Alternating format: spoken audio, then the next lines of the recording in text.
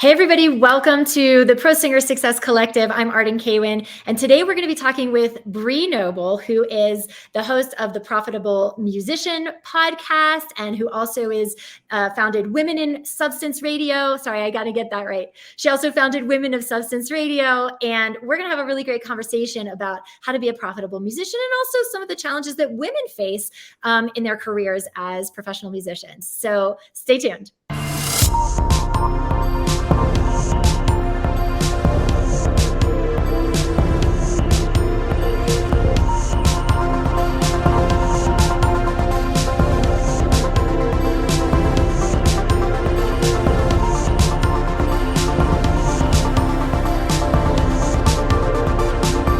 Hey everybody, so I want to introduce to you a new friend of mine and somebody who has tons of experience in the music industry. Welcome to Bree Noble.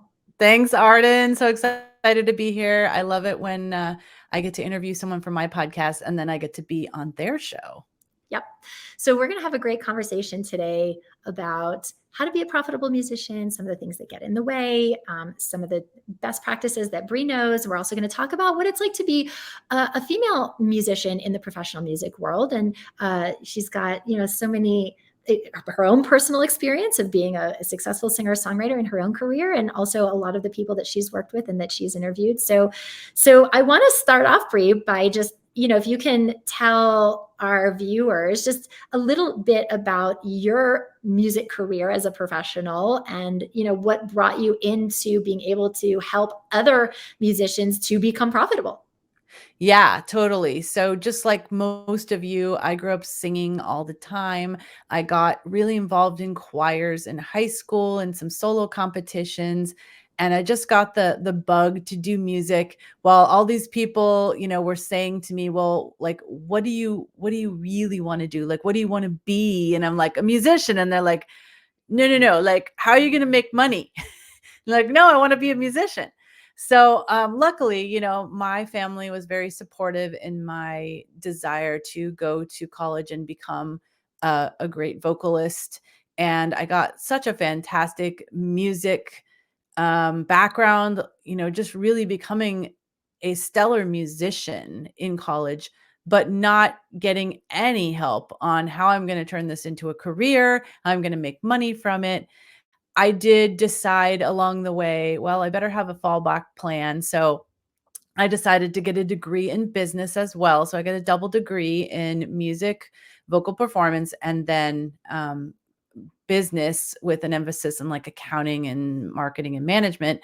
And so when I left school, I really did want to work in music, but I had no clue how at all.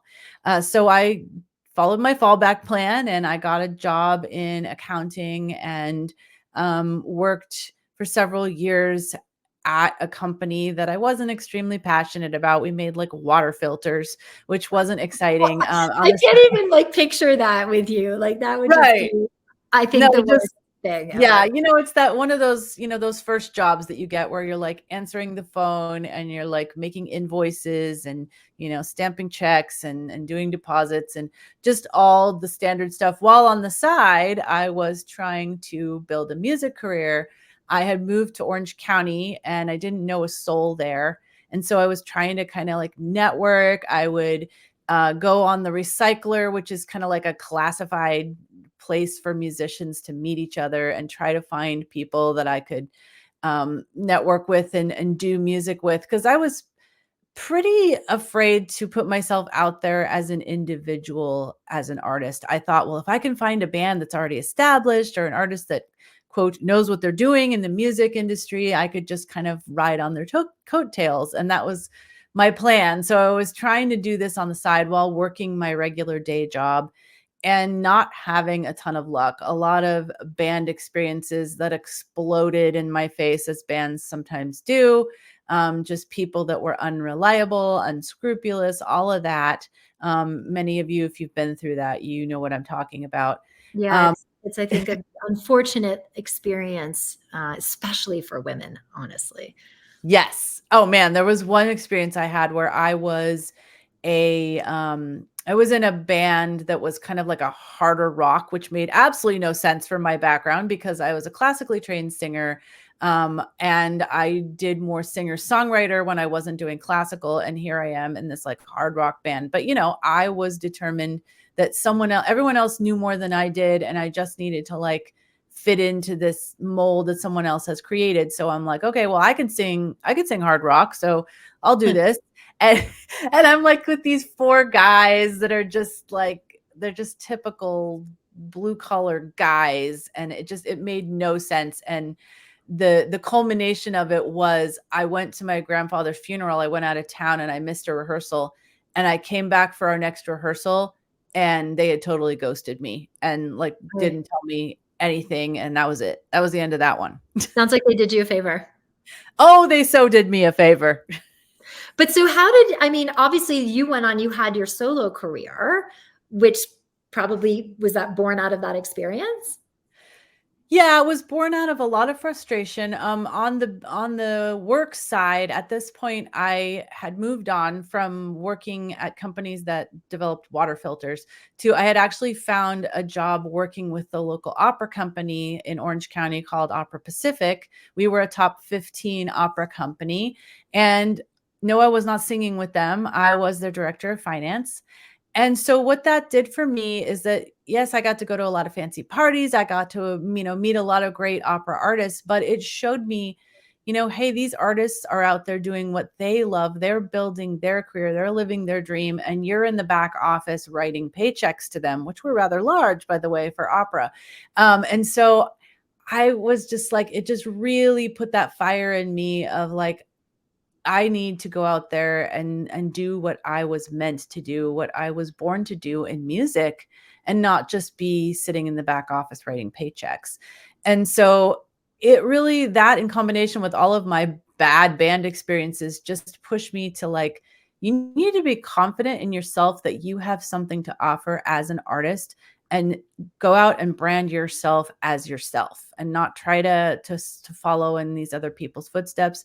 And I also learned with all these experiences with the bands that nobody knew any better than I did about how the music industry works and how to make it happen and how to market and all that stuff. They were all just struggling as much as I was. So I did, finally get the guts to go out there and start branding myself as an artist. And I also just kind of put it together that you don't like the music industry really doesn't have to be different than any other small business. So I had all this background in small business, but when I was working as a musician, I kind of like threw that out the window and, took that business hat off because I thought, oh, well, the music industry is different. And so I finally realized, hey, I want to like for all of you guys in my tribe who are listening to this, listen to what she just said. Okay. It is not different. If you're a musician, you're a small business, you're an entrepreneur. And, I tell singers that all the time. You're not an artist, you are a business. And so I'm so glad that you're reinforcing that. So what did that learning then create for you? Yeah. So I just started to think, well, if I was running any small business, how would I start? If I was running, like, let's just say like a coffee shop or a bakery, or even just like being a freelance, designer or something, like, how would I build my business? And when I started to think that way, it really was all about networking. It was all about using the connections that I did have to start building from the ground up. And so that's what I did. I just started with my church.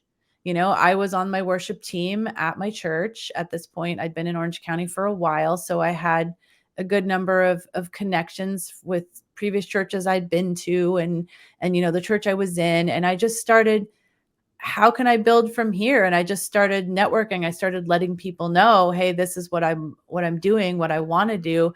I then released an album and had a release party at my church. And that really allowed me to, just kind of get it in their minds like, hey, this is what I'm doing. Is there any way that anybody that might want what I have? And that's where I discovered that like there's actually a lot of people in my church that were connected. They had friends that ran nonprofits. They had friends at other churches that needed music for different things, or they needed a program. They worked in corporations that needed, someone to come in and do something for their Christmas party, or wanted to, have some kind of inspirational talk that could pep up their constituents, and I could do that. So number one, I started just reaching out to the people that I knew. And then also I created a product that I could market. What I realized was, hey, like just being a musician and say, hey, I can come do some music for you. That's not a product. That's not something that you can easily market. I needed a program or multiple programs that I could say, this is a package. This is what you get. It includes, stories and music, and this is what it's about. And this is what everybody that attends will experience. And once I came up with that, that was a game changer. So can you speak to, well, actually, my mind is going like this. Because one of the things that I really want to highlight that you just said for my tribe here is that the incrementalness of what you're talking about, right? Like, I think a lot of singers, a lot of musicians, they have this idea that like, okay, they feel ready. Like those even who have worked with us in our intensive, right? They feel ready. They got their voice in line. They have the confidence, they have the reliability. And now it's like, okay, I need to get management, and I need to get booking agents, and I need to get a record deal. And it's like, you don't go from here to here like that, So what I love about what you're talking about is you looked at where you were and the resources that you could maximize for where you were, that then start to grow and create more resources and opportunities. And then now you have a product, so that when you have more resources and network and opportunities, now there's something that can come from it. And so I'd love to, for you to speak to sort of, once you were doing that, how the product then, what's the word I want to use? How the product then took on a life of its own, and you were able to actually live from that product and not have to have a day job. Yeah. So I did start off by, with all my band experiences and not going well, but I was like, I love performing with a band. So I actually built my own band locally. And what that did for me is that it allowed me to have a really solid program, a really solid show that I could do locally. And also just those band members were like more pieces of my network, right? So, they go to different churches, they know different people. So that helped a lot locally. But then, I got to this point where I was like, okay, now I want to take this on the road. And I couldn't do it because these band members all worked day jobs. And, this was my baby. This was not their baby. They all loved my music. They supported me, but they weren't going to leave their day jobs to go on the road with me. So I had to figure out how to create this thing that was like self-contained that I could take on the road. And maybe some of you singers can understand this. Like, I had taken piano growing up, and I would like play with myself at home or when I was songwriting, but I did not feel confident playing by myself in front of an audience. I could play with a band, but like if I dropped out, like they would keep going, right? So I was very nervous about that. And I just had to like just really force myself to focus on learning how to play and sing so I could have a fully formed and product that was self-contained, and I didn't have to worry about anyone else. And this is something that I have a lot of artists that come to me and they're like, yeah, but I need to have a pianist or a guitarist in order to perform. And it just keeps them stuck. And so being able to do that made a big difference, that I could then go out on the road and I could completely book myself and not have to worry about anyone else. I could just say yes, knowing that I could do everything that was involved. And then what I also did is I looked at, okay, who are the people that would like my music? Well, generally they're people like me. And at that stage of life, I was a young mom. I was 33. I had a 2-year-old. And I was like, where can I find more people like me that I know will like my music and understand like what I'm talking about in the music that I'm writing? And so I started looking at places that I could go where there were young moms like that. And I tapped into something called Mothers of Preschoolers, which is a national and maybe even international organization for women, just to provide something for moms that they could go to every 2 weeks, where they got a break from their kids and they got to be inspired and entertained. And so I started going out and performing at all of these all over California, even went to a couple in Oregon. And that was kind of the bread and butter of what I did on tour. And then I would fill in other things. I'd fill in churches, I'd fill in community organizations, business groups, coffee shops, like wherever I was, I just find things to fill in. But that was kind of like the anchor of how I toured. And that really, really helped me to feel like I could go out there and make enough money to tour and do this for a living.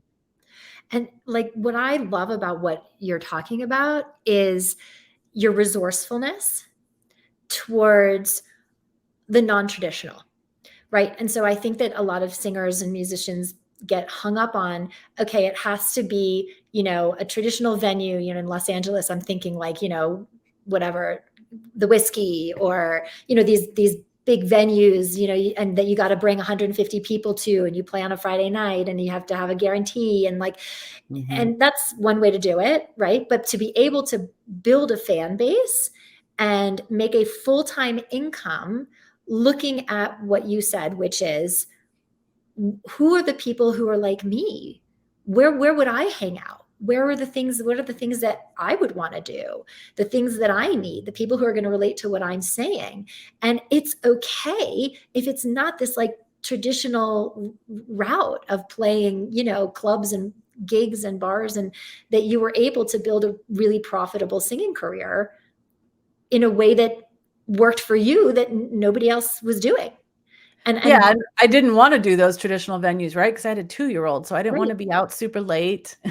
right, exactly. And so I also think for a lot of singers, what you were talking about accompanying yourself and piano and everything, is it's about also going beyond your comfort zone. Everybody's telling me that I need to do X, or I need to be with a band, or, whatever the inputs are from the outside that we buy into about what we need to do, who we need to be.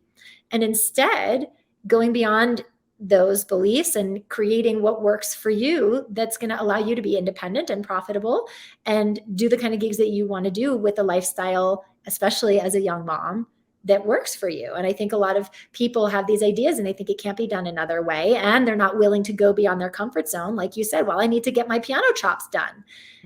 Okay, so what needs to happen, right? Or for other singers, you don't even need to play piano for some of them. Bring tracks. You can go play at a bunch of places and make $300, $500 a gig.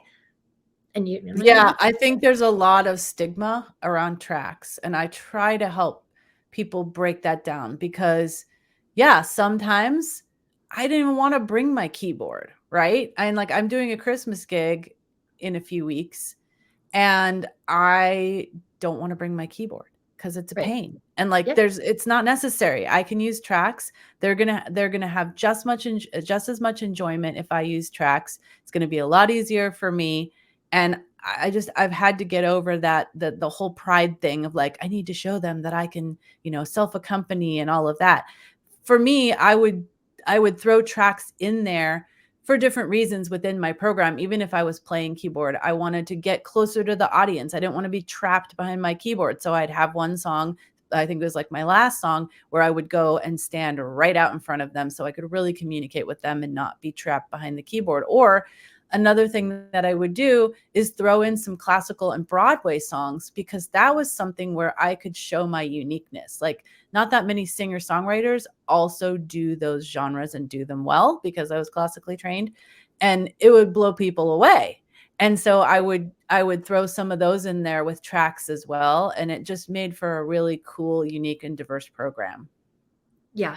And so I'm curious what in your book that you've written, and a lot of the talks that you do in terms of the musician's profit path, what would you say are your best tips, hacks, when it comes to being a singer who really is not out there booking things, but who wants to be out there booking things, in terms of those first steps, whether it's actions or beliefs?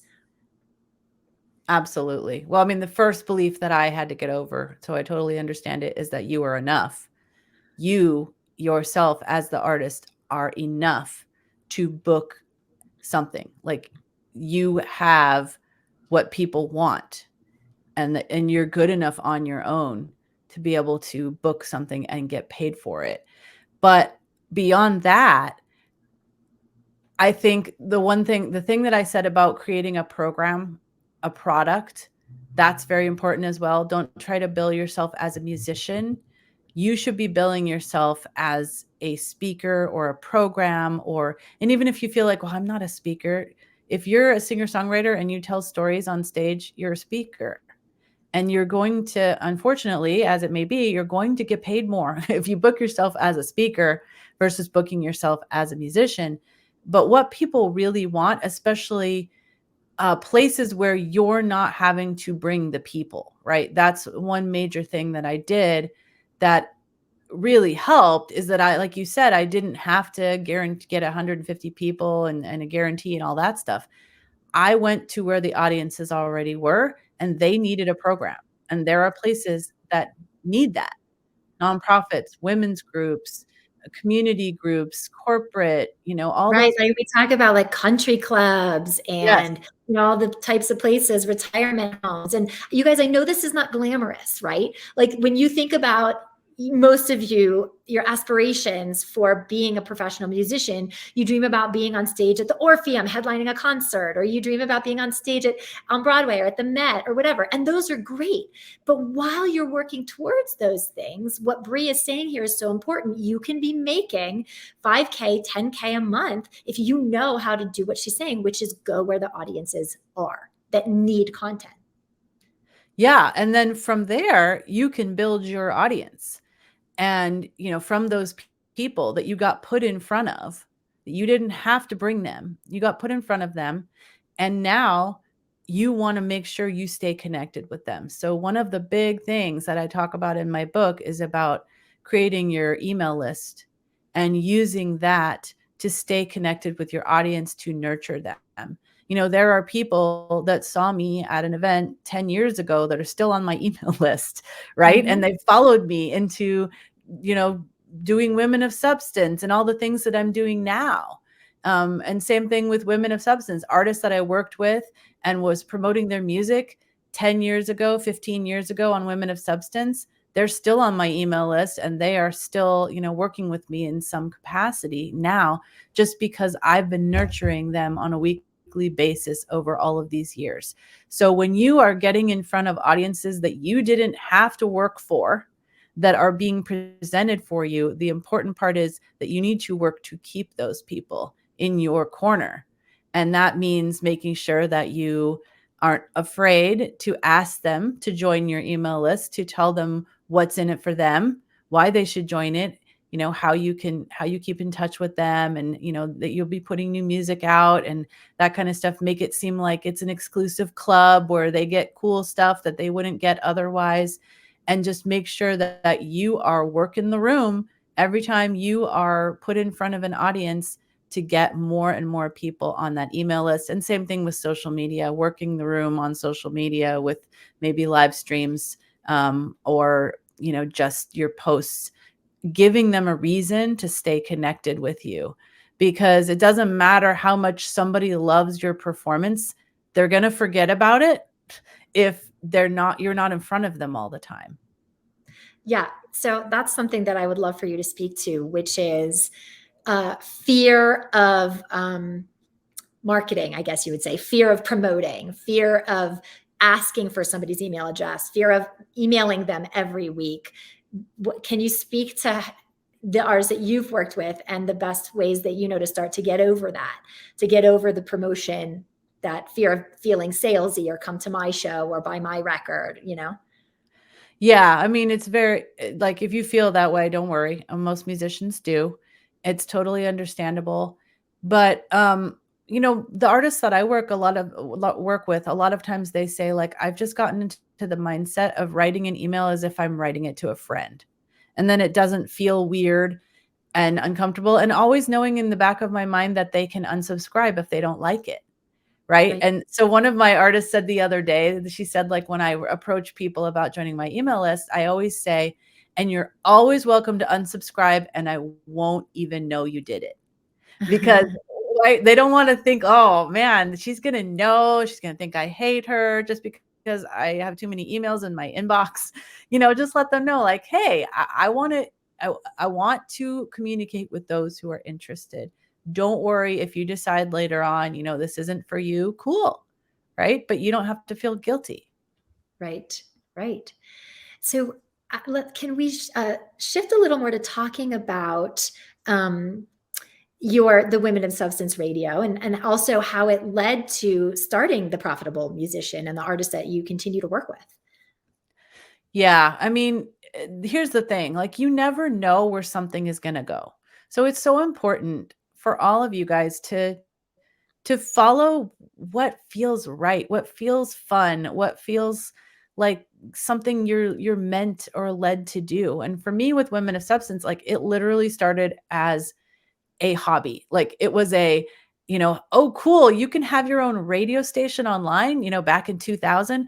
I'm going to make this radio station of all these independent female artists that I've discovered online and I want to listen to at work. But this is like before iPods and stuff. I had no way to bring this music to work. And I'm like, well, how about I just put it here on this like personalized radio station that I can create, and then I can go listen to it at work. So I remember I started it while I was working at the opera, and I would listen to it at work.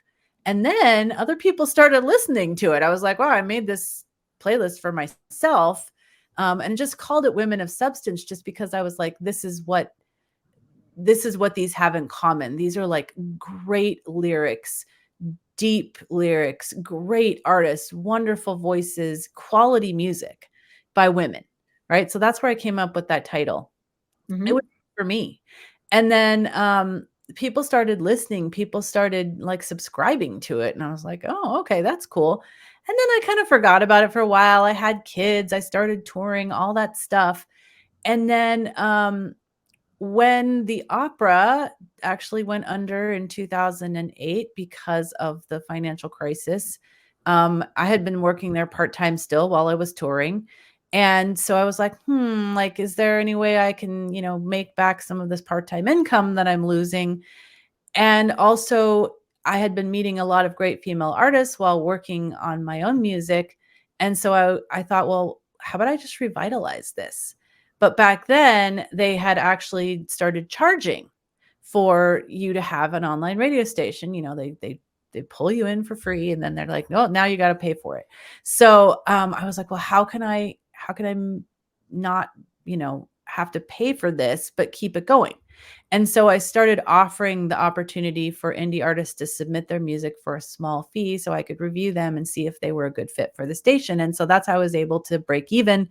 And eventually, after a few years, we started really expanding. We had ads, so we could bring in some revenue. And it became a thing. And I applied all the things that I did for my own music career to that. I made sure to get every single artist that I worked with on my email list. I developed social media on all the platforms for Women of Substance and really, really built that up. I promoted everything that we did, and all the new artists that came on, and we started doing some cool playlists that we still do today. So we do a series every year called Music with a Conscience, where we're focusing on social justice music. And that started way back in like 2009. And we're still doing it now in 2023. Yeah. Holiday music series and stuff like that. Just started making some things that were unique and special to us. And it was just all about being an advocate for female artists and getting quality music out there. Mm-hmm. And so, what I want to highlight here, just that I'm seeing as a thread in your story and in your career, just all along, is your willingness to explore different things, not totally knowing where they're going to lead. And so when you are, talking about your profitable musician path and the way that you coach musicians, is that something that you consciously speak to, or is that just in your psyche, just no matter? I mean, it grew out of, as many things do, me working with all these artists and women of substance and them coming to me and saying, "Hey, how did you build your music career? I've got this music, but I don't know what to do with it." Or the other thing that happened is I would get this music and I'm like, "Man, this music is so good." And I would look them up and I could find nothing about them online. I'm like, "Why is nobody promoting this artist?" And then I would reach out to them and they're like, "Well, I don't really know what to do," or "I'm waiting for a label to pick me up," or "I'm waiting Right. to find a manager," Right. and I'm like, "No, we're not waiting." Right. It's like the cross your fingers method of building a career, which, as we all know, doesn't really work. Yep. Yeah. And so because of all that, and because I had developed this big list of indie artists, I decided to start my academy in 2015, the Female Musician Academy. And that's where it all started. Eventually, it grew into doing some online summits where I brought in tons of educators like yourself, Arden, that would, help musicians with different aspects focused on how we can make money. And those were the Profitable Musician Summits. And at that point, I just transitioned my brand into being Profitable Musician. And it's just grown more and more since then. And so what are the kinds of artists that work with you and that are ready to work with you? I generally work with artists of all levels. Like, there are the people that are just starting out, trying to figure out how to make their first dollar. And Mhm. then there are people that, really they are touring, but they haven't figured out how to really expand to different venues. They've been doing maybe the traditional route, like we talked about, and they want to have to not bring their own audience all the time. So, I help them. Some people I actually help develop a program like we talked about, that they can promote as a standalone product. And I also work with instrumentalists, classical artists, and even people that are doing like really off the beaten path presentations with music, like historical music and Right. things like that. Right. And so how, when you're working with singers, especially because obviously our audience is mostly singers, how can singers bring in multiple streams of income? Like, what would you say are the top three either best practices or maybe the top three mistakes that they make, or both, Hmm. in trying to cultivate multiple streams of income? Yeah, I mean, what I did, obviously, that's my experience, but I did a lot of demo singing from home. So Mhm. I was out on the road and then like I didn't want to be out on the road all the time. And I had local performances too, but then I had little kids. So I need to figure out some things I could do from home. I had learned to record from home, which made it really opened up like a huge array of opportunities because I could record vocals from home. And I just started meeting a lot of songwriters on forums and things, that just, they were great songwriters, but boy, could they not sing. They needed people to do their demos. And so, I developed those skills. And then because I developed those skills, I started actually doing other things. Like I would do piano arrangements for people, or I would do mixing for other artists that maybe they could record their vocal from home, but they didn't know how to do the final mix and stuff like that. And so it was just developing my skills. So for me, that was one thing. Obviously, a big option that people can do is teaching. I didn't go that route just because I just didn't really want to. And I didn't want to be kind of held down to a weekly schedule. Right. But I do know artists that tour that are also able to keep up a teaching schedule and, just have a little bit more flexibility, or they only teach 2 days a week or things like that. And that provides a very stable income for them when, they might not, their touring might be a little more seasonal. So I Right. would say, those are probably the biggest options. I also really encourage singers to have different programs for different times of year. So I always had like a Valentine's program, and I would get booked for several things during February for that. And then I had a patriotic program because I was able to sing the national anthem at Dodger Stadium. So I was kind of known for that. So I developed a patriotic program around that I would do in June and July. And, then obviously Christmas programs. I had one or two different Christmas programs, and then I had my personal program that was based around my life. So I had a lot of things I could pitch to people throughout the year, and I could come back to places I'd done before. Say I did my personal program, well, next year I'd pitch them my Christmas program. And so it Right. just gives you a lot of options to go back to the well of people that you've already worked with. Right. Well, and what I'm hearing that I also want to highlight is that why you were able to become a profitable musician as you're coaching others is that it's not tunnel vision. I think a lot of singers, they have this tunnel vision where it's like lead on Broadway or nothing, record deal or nothing, right? And those goals are important. That keeping that vision is important as you work towards that. But what I keep hearing from you is two things: is and I think this is important for others, because if you want to be able to not have an office day job while you're working toward the larger dream, then what I'm hearing from you is, number one, is being open to these other multiple streams, that it doesn't just have to be the big thing or bust, like whatever it may be, teaching, doing demo singing, doing, these other things. And the other thing I'm hearing is your ability to learn and not be intimidated by something you don't know.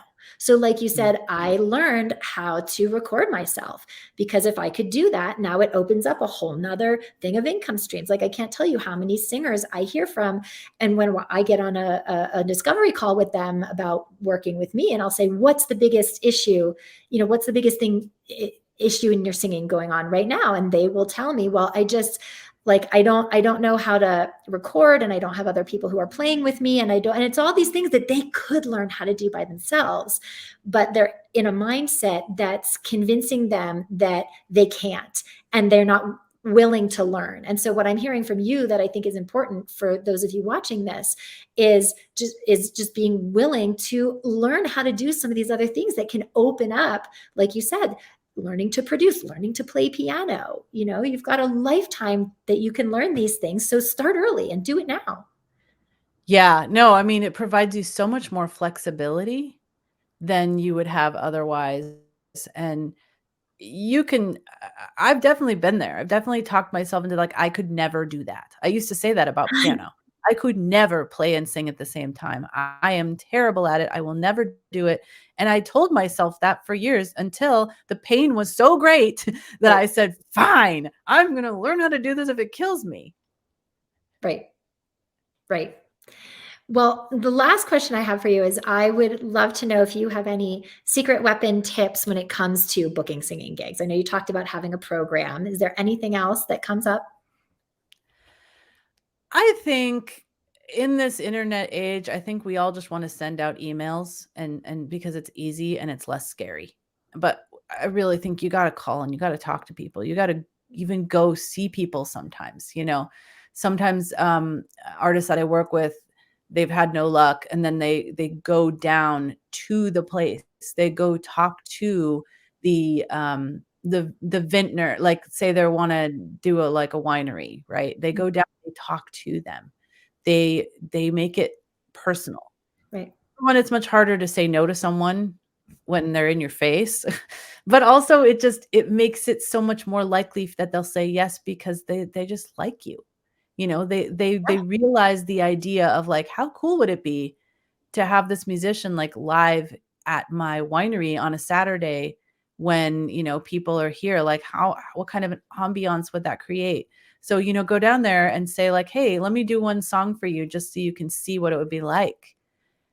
And I think that that's really the secret weapon, because every other artist is just blasting out emails, and there's nothing wrong with doing that, but you've got to follow it up with something personal, or it's just too easy for them to be like, oh, I'll deal with this later. I know for me, I get a lot of emails, and I just put them in a folder, like, with all the best intentions of getting back to those people, but it always falls to the bottom of my list, right? You need to put yourself at the top of someone's list by calling or visiting them in person. Yeah. Yeah. Well, I'm just so thrilled to be able to have this conversation with you. We didn't get to really talk about the mom stuff and the women specific stuff because there was so much. So we'll have to have Bree back where we can really talk about what it's like to be a working, profitable musician who's a mom. Because I know I hear a lot that what holds singers back in this community is, you know, if I have a family, can I do this? Like, how am I going to make this work? And I know you have so much wisdom around that. So I'd love to have you back so we can talk about that kind of stuff. But for those of you who are watching, if you would like to connect with Bree, I'm going to put her websites in the video notes at the bottom, her profitablemusician.com website and her Women of Substance Radio website, as well as social links where you can connect with her online. If you're resonating with what she has to say, if you'd like to look her up, if you'd like to work with her, I can vouch for the fact that, you know, she's the real deal and she's very good at what she does and helping to make musicians and singers who are like you more profitable from the ground up. So thank you so much for coming today, Bree. I really appreciate everything that you said and would love to have you back so we can continue the conversation. Oh, thank you so much, Arden. It's been a lot of fun. Likewise.